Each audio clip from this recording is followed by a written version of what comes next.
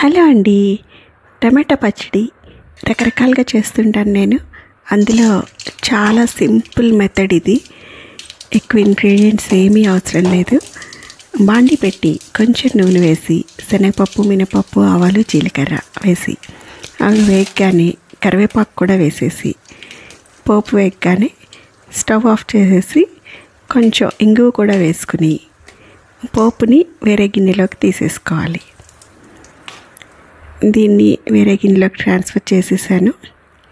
ఇప్పుడు అదే బాండీలో ఇంకొంచెం నూనె వేసి టమాటాలు, పచ్చిమిర్చి మన చాయిస్ అన్నమాట. కారం మనం ఎలా తింటామో అనే దాన్ని బట్టి పచ్చిమిరపకాయలు ఎన్ని వేసుకోవాలి అనేది వేసుకోవాలి.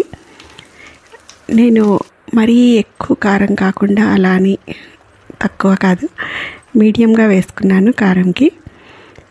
ఉప్పు, పసుపు వేసి పచ్చిమిరపకాయలు, టమాటాలు వేసి వీటన్నిటిని బాగా కలిపేసేసి ఒక 5-10 నిమిషాలు అయ్యేటప్పటికి చక్కగా ఇవన్నీ కూడా మగ్గిపోయి టమాటాల్లో ఉండే వాటర్ అంతా బయటకు వచ్చి అదంతా కూడా ఉడుకుతూ ఉంటుంది. ఇదిగోండి, ఇప్పుడు ఒక 10 మినిట్స్ అయిందనమాట. చక్కగా ఇదంతా మగ్గిపోయాయి.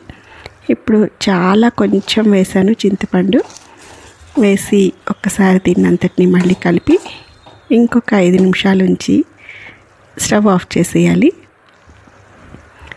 ఇప్పుడు వెల్లుల్లి రెప్పలు ఒక 4-5 వేసుకుని పచ్చివి. నేను ఈ చట్నీని మిక్సీ వేయట్లేదు, జస్ట్ మన చిన్న రోలుకి ఉంటుంది కదా బండ లాంటిది, దీంతో ఈ బాండీలోనే ఇలా చితక్కొట్టేస్తున్నాను అనమాట కచ్చా పచ్చాగా. మిక్సీ వేసుకుంటే కూడా వేసుకోవచ్చు.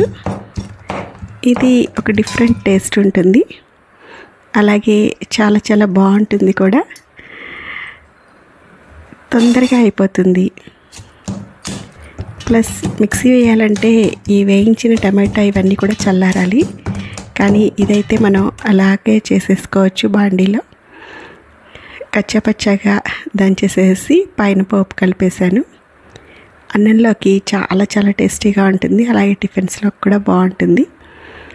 కావాలంటే మనం మిక్సీలో కూడా ఒక రౌండ్ కచ్చాపచ్చాగా బాగా ఫైన్ పేస్ట్ అవ్వకుండా కొంచెం వేసుకోవచ్చు. ఇలాంటి మంచి వీడియోస్ కోసం తప్పకుండా మన ఛానల్ని సబ్స్క్రైబ్ చేయండి, లైక్ చేయండి, షేర్ చేయండి. Thank you.